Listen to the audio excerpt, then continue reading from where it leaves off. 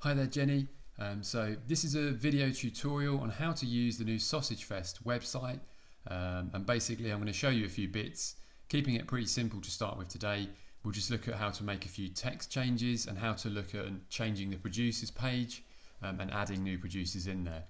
So first of all, I've sent you an email with a link. If you click the link and then put in the username and put in the password and just click sign me in. Next, we want to edit the website, so we move over here and we click on websites. Then you'll notice a little preview of the Sausage Fest homepage appears, and then you click down here, edit website. That will load Bramble, which is the software that we've used to build the site. It loads in the browser window. Takes a couple of seconds the first time you load it. Just has to load all the fonts and all the settings. So just let it do that. Also depends on the speed of your internet as well.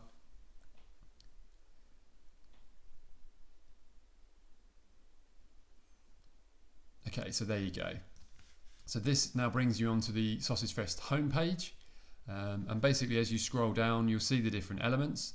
The slider images are all one on top of the other, but ignore that. We know that's not how it displays, that's just how Bramble sort of interprets the slider.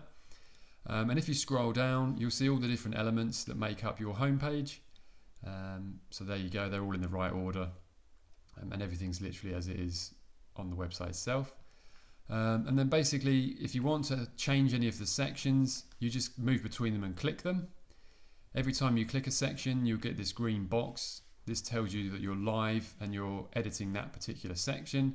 So if we click below that, the green box is now here, and if we click below that, the green box is now here.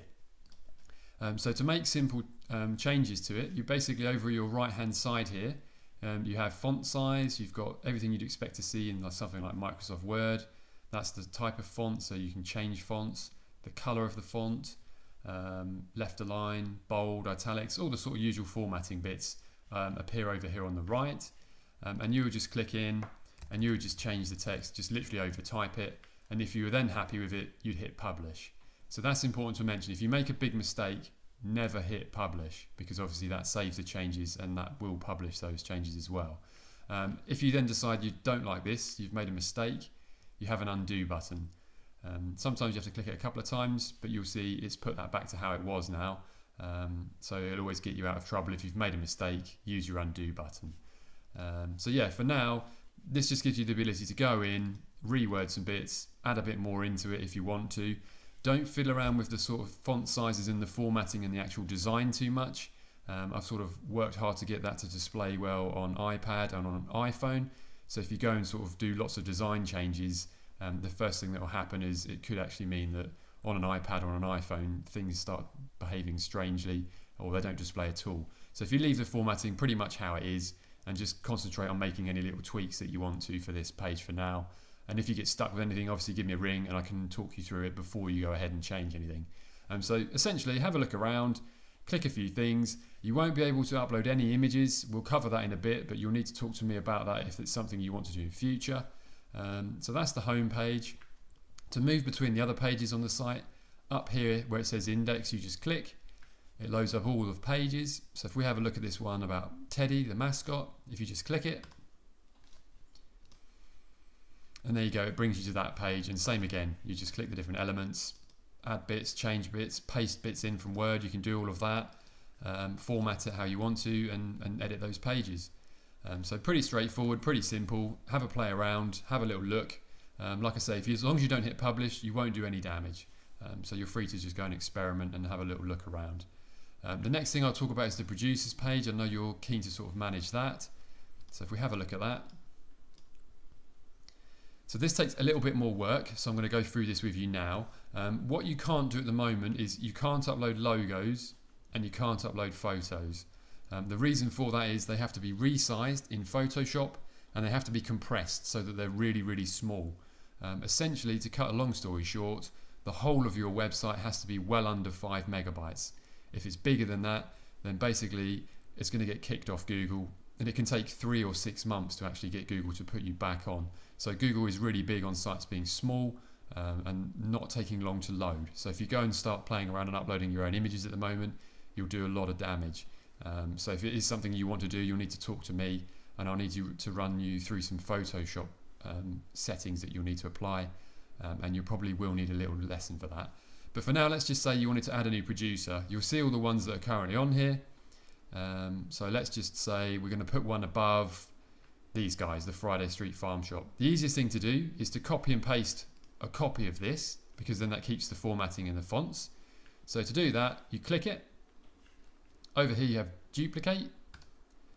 That means it's copied just that text, just this bit in the green here. It's done a complete copy. So we'll move that copy to the top. Click on the move, drag it up. And now that's at the top, and it's still down here because we didn't interfere with this, we did a copy of it. Another thing you want to do is I've done these little line breaks between each producer. So if you copy the line break, it's just to separate them, and paste that below it. And you'll see what that's done. I've got a line here, I've got the producer info, I've got a line here, and all of that has stayed as it was. I haven't touched that, we've just done a copy. So that seems a little bit strange, but I'll just go through that again quickly. You would just duplicate, and basically you're copying one without interfering with what's already there. And if you don't want to use it, you can hit remove. Run through that video and play it back, just if that doesn't make sense, but it's pretty straightforward. Then you'd overtype the new producer's name, so let's just call this new producer, and then you put in the text. So whether you paste it in or retype it, we'll just put new text here, and you can change the web address. So let's just put that new web address, newaddress.com.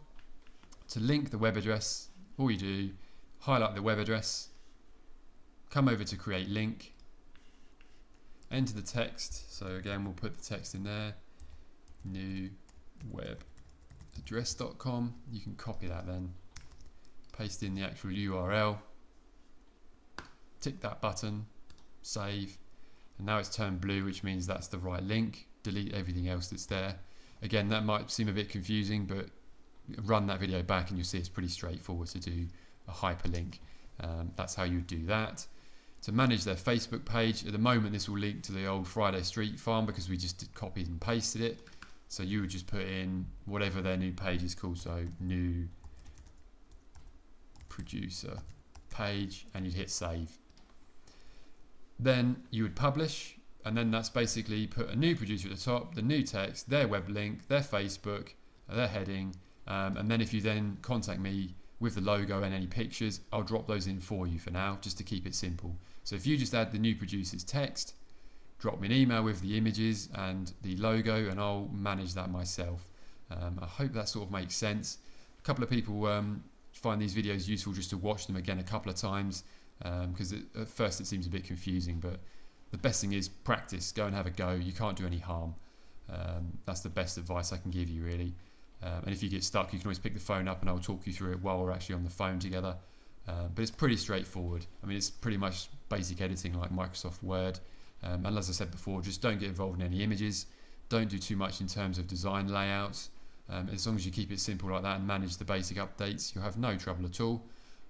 So I hope this helps. And if you've got any questions, give me a ring, drop me an email. We can put you on the right path, really. And hopefully you'll see it's fairly straightforward. Have a go. You got the undo button. If you've made a big mess like I've just made there, quit and leave. And I haven't damaged anything because I haven't hit the publish button, so no harm's done. So yeah, thanks for watching. See how you get on, and let me know any feedback.